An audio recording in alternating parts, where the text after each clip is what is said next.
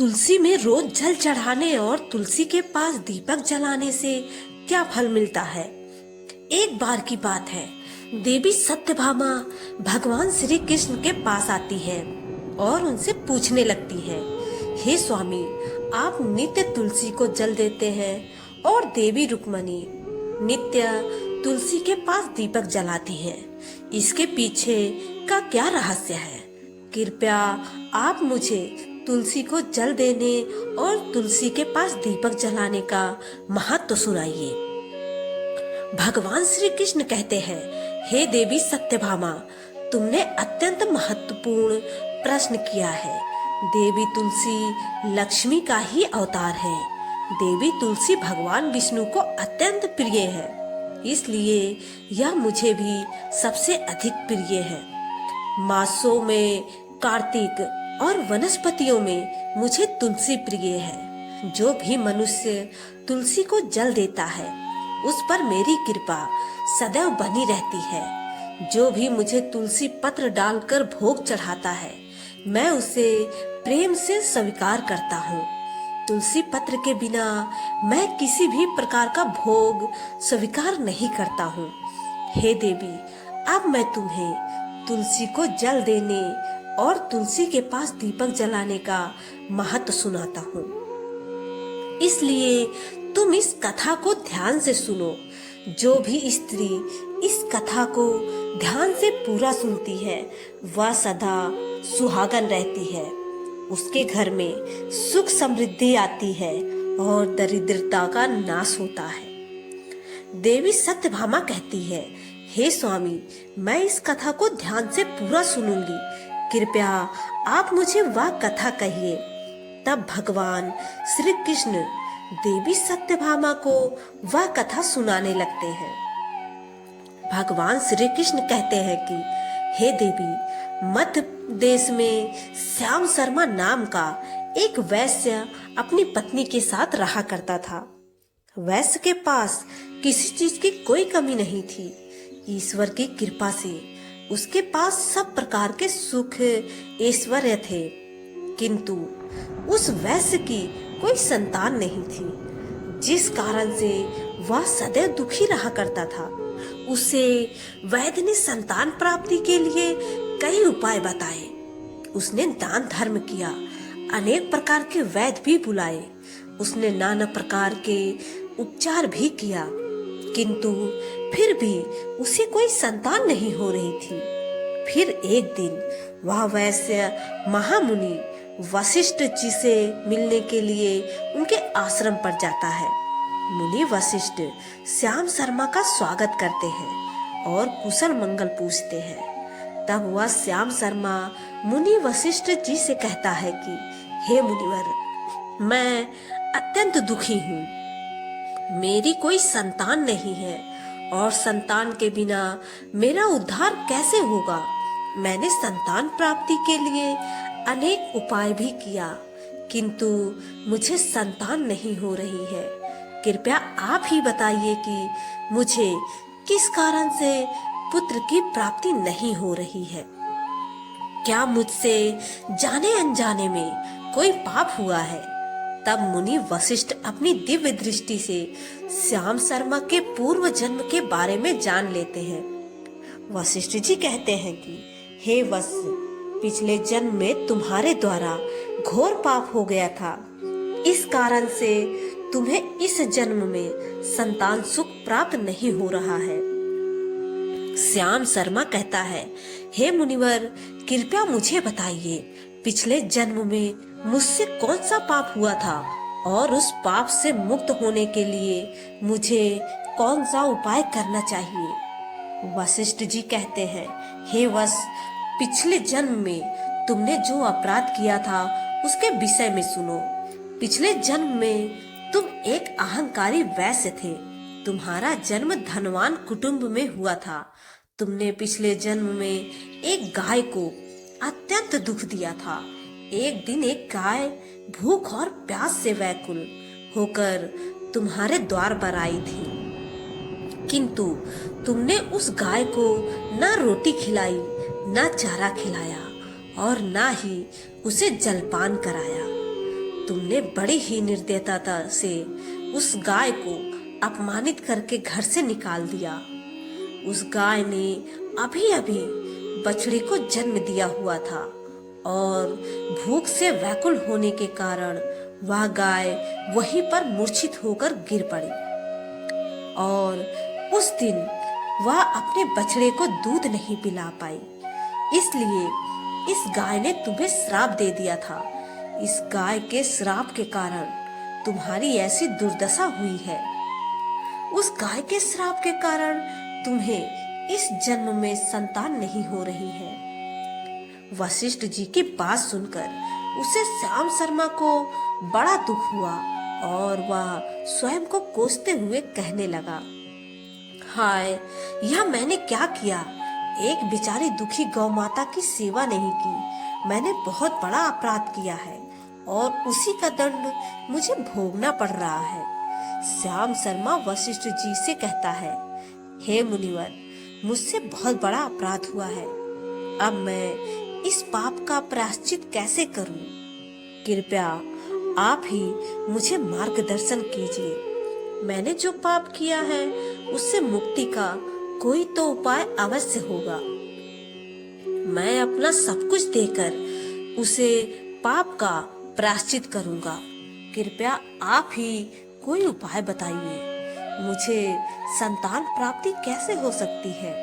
क्योंकि शास्त्र कहते हैं पुत्र के बिना मनुष्य का उद्धार नहीं हो सकता। तब मुनि वशिष्ठ कहते हैं, हे वत्स, इस पाप का एक ही उपाय है। तुम पुत्र प्राप्ति के लिए पुत्रेष्ठ यज्ञ करो।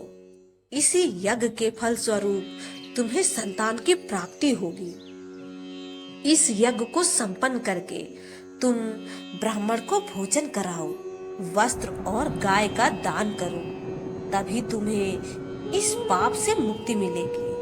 तब श्याम शर्मा वशिष्ठ जी को धन्यवाद देते हुए कहता है, हे मुनिवर, आपका कोटि कोटि धन्यवाद। मैं आपके कहे अनुसार अवश्य ही पुत्रेष्ठ यज्ञ करूंगा और ब्राह्मणों को गायों का दान करूंगा। इतना कहकर वह श्याम शर्मा शीघ्रता से अपने घर पर लौट आता है और अपनी पत्नी को सारी हकीकत सुनाता है। फिर वे दोनों ही पुत्रेष्ठ यज्ञ की तैयारी करते हैं। अनेक ऋषि मुनियों को निमंत्रण देकर वह श्याम शर्मा पुत्रेष्ठ यज्ञ का संपन्न करता है और उन ऋषि मुनियों तथा ब्राह्मणों को गाय का दान करता है। यज्ञ के संपन्न होने के पश्चात यज्ञ की आग से अग्निदेव प्रकट होते हैं और उस श्याम शर्मा से कहते हैं, हे श्याम शर्मा, आज तुम्हारा यज्ञ सफल हुआ है। तुमने पुत्र प्राप्ति के लिए यह यज्ञ किया, इसलिए तुम्हें मेरी कृपा से एक पुत्र की प्राप्ति होगी। किंतु तुम्हारे पुत्र की आयु केवल 18 वर्ष की ही होगी और 18 वर्ष समाप्त हो जाने के पश्चात तुम्हारे पुत्र की मृत्यु हो जाएगी। इतना कहकर अग्निदेव अंतर ध्यान हो जाते हैं। पुत्रेष्ठ यज्ञ करके और अग्निदेव से पुत्र का वरदान प्राप्त करके वह श्याम शर्मा बहुत प्रसन्न तो हुआ, किंतु उसे बड़ा दुख भी हुआ। श्याम शर्मा ने सोचा, पुत्र न होने से अच्छा है कम आयु वाला पुत्र ही ठीक है। फिर वह पहले की तरह अपने कार्य में लगा रहा। कुछ ही दिनों के पश्चात उसकी पत्नी ने गर्भ धारण किया। श्याम शर्मा ने पुत्र के जन्म से पूर्व किए जाने वाले सभी संस्कार किया और फिर उससे एक अत्यंत सुंदर पुत्र की प्राप्ति हुई। वह बालक बड़ा ही तेजस्वी दिखाई पड़ रहा था। श्याम शर्मा ने पुत्र के जन्म के बाद किए जाने वाले भी सभी संस्कार किया और पुत्र को गुरुकुल में शिक्षा प्रदान की। श्याम शर्मा का पुत्र जैसे जैसे बड़ा होने लगा, श्याम शर्मा को बहुत अधिक चिंता सताने लगी। फिर जब उसका पुत्र 16 वर्ष का हुआ तो श्याम शर्मा की पत्नी ने उससे कहा, अब हमें अपने पुत्र का विवाह कर देना चाहिए। हमारा पुत्र अब विवाह के योग्य हो गया है। श्याम शर्मा ने कहा, हे प्रिय, विधि के विधान के अनुसार हमारे पुत्र की आयु केवल 18 वर्ष की ही है। 18 वर्ष के पश्चात हमारे पुत्र की मृत्यु हो जाएगी, इसलिए हमें इसका विवाह करके किसी कन्या के जीवन को बर्बाद नहीं करना चाहिए। वह तो 2 वर्षों बाद विधवा हो जाएगी, फिर उसे जीवन में अनेक कष्ट सहन करने पड़ेंगे। लेकिन श्याम शर्मा की पत्नी नहीं मानी। वह अपने पुत्र का विवाह होता देखना चाहती थी। श्याम शर्मा की पत्नी कहती है, हे नाथ, कुछ भी हो, मैं अपने पुत्र को अविवाहित मरते हुए नहीं देख सकती। हमारे पास किस चीज की कमी है? हमारी पुत्र वधू इस संपत्ति को प्राप्त करके सुखी जीवन जी सकती है। इसलिए अब आप संकोच ना करें और हमारे पुत्र के लिए सुंदर कन्या की खोज करें। अपनी पत्नी के मन के आगे श्याम शर्मा की एक न चली। फिर वह पुत्र के विवाह के लिए मान गया। फिर उसने पास के ही नगर में रहने वाले एक अत्यंत गरीब वैश्य की पुत्री के साथ अपने पुत्र का विवाह संपन्न किया। श्याम शर्मा की बहू का नाम सुभद्रा था। वह अत्यंत गुणवान, चरित्रवान और पतिव्रता नारी थी। वह अपने पति के मृत्यु की बात को नहीं जानती थी। सुभद्रा नित्य अपने सास ससुर और अपने पति की सेवा करने लगी। वह सभी के साथ बड़े प्रेम से रहती और कभी किसी की आज्ञा का उल्लंघन नहीं करती थी। उसने अपनी मधुर वाणी और कार्यकुशलता से सभी के मन को जीत लिया। इस प्रकार से 2 साल बीत गए और फिर वह समय निकट आ गया जब श्याम शर्मा के पुत्र की मृत्यु होने वाली थी। श्याम शर्मा को बड़ा भय लगने लगा। फिर एक दिन उसने अपनी बहू को बुलाया और उसे क्षमा मांगते हुए कहने लगा, हे बहू, तुम मुझे क्षमा कर देना, मैंने तुम्हारे साथ बड़ा अन्याय किया है। सुभद्रा ने कहा, हे ससुर जी, आप ऐसा क्यों कह रहे हैं? आप मुझसे क्षमा क्यों मांगकर लज्जित कर रहे हैं? मैं आपसे छोटी हूँ, आपकी पुत्री के समान हूँ। कृपया आप संकोच न करते हुए आपके मन में जो भी बात है वह कहिए। मैं आपकी आज्ञा का पालन अवश्य करूंगी।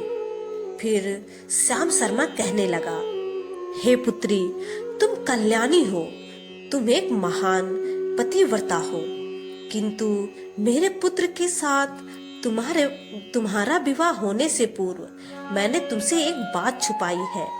हमें पुत्र की प्राप्ति पुत्रेष्ट यज्ञ करने के बाद हुई थी और अग्निदेव ने हमें यह कहते हुए पुत्र प्राप्ति का आशीर्वाद दिया था कि हमारे पुत्र की आयु केवल 18 वर्ष की होगी। 18 वर्ष के बाद हमारे पुत्र की मृत्यु हो जाएगी।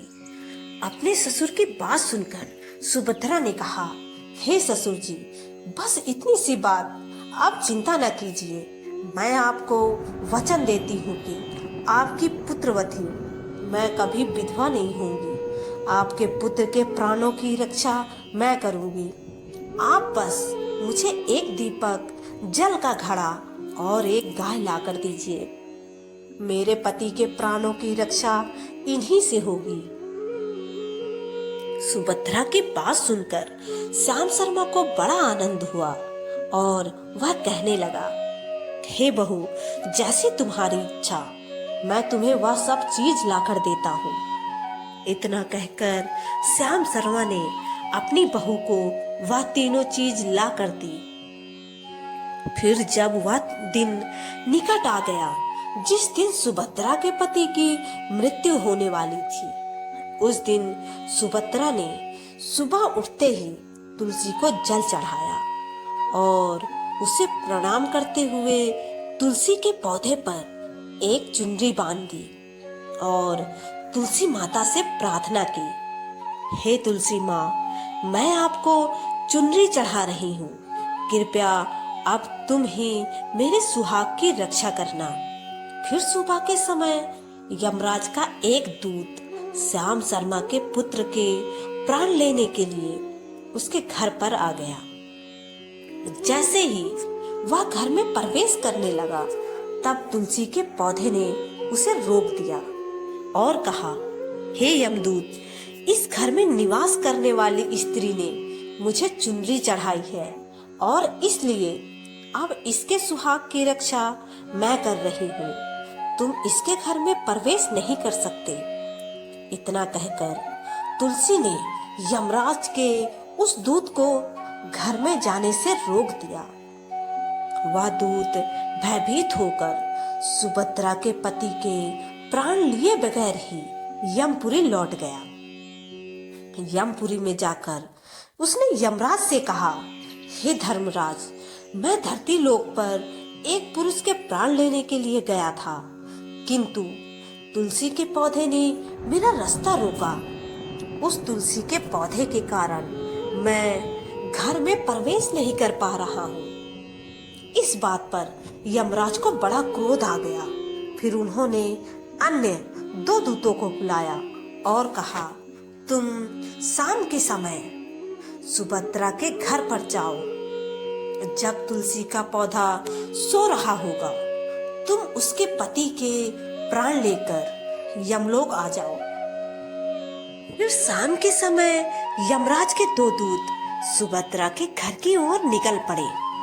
सुभद्रा ने शाम होते ही तुलसी जी के पास एक दीपक जला दिया और उससे प्रार्थना की, हे दीपक, अब तुम ही मेरे पति के प्राणों की रक्षा करो। यम के दूत मेरे पति के प्राण लेने के लिए आ रहे हैं। फिर शाम हो गई, तुलसी का पौधा सो गया और यमराज के दो दूत सुभद्रा के घर के सामने आकर खड़े हो गए और सोचने लगे, अब तो इस मनुष्य के प्राण लेकर ही हम यमपुरी लौटेंगे। जैसे ही यम के दूत सुभद्रा के घर में प्रवेश करने लगे, तुलसी के पास लगाए हुए दीपक ने उनका रास्ता रोक दिया और कहा, हे दूतों, तुम इस समय सुभद्रा के पति के प्राण नहीं ले जा सकते। उस स्त्री ने मुझे प्रज्वलित करके उसके पति के प्राणों की रक्षा करने की प्रार्थना की है, इसलिए अब मैं उसके पति के प्राणों की रक्षा कर रहा हूँ। इसलिए तुम आज उसके पति के प्राण नहीं ले जा सकते। तुम यहीं से लौट जाओ, नहीं तो मैं सब कुछ जलाकर भस्म कर दूंगा और मेरी अग्नि में तुम दोनों भी जलकर भस्म हो जाओगे।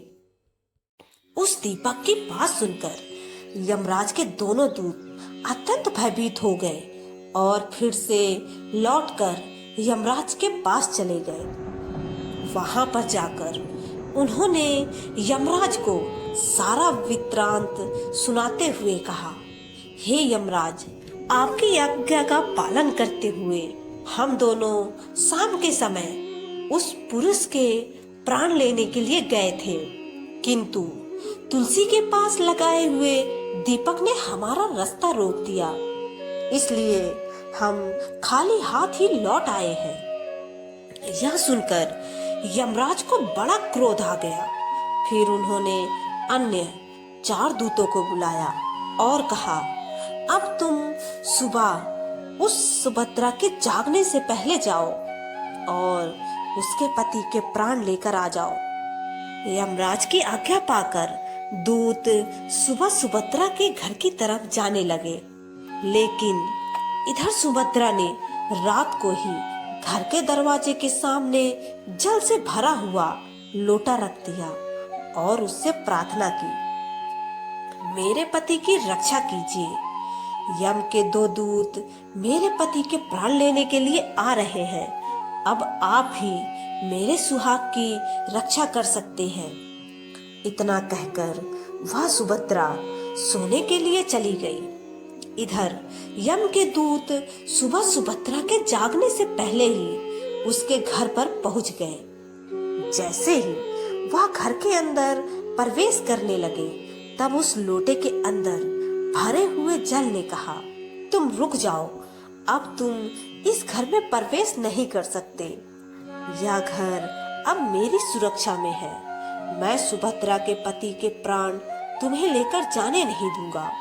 अगर तुमने इस घर में प्रवेश किया तो मैं नरक की अग्नि को बुझा दूंगा, जिसमें सारा नरक लोक डूब जाएगा। यह सुनकर यमराज के बेचारे दूत घबरा गए और एक दूसरे की तरफ देखकर उस स्थान से भाग गए।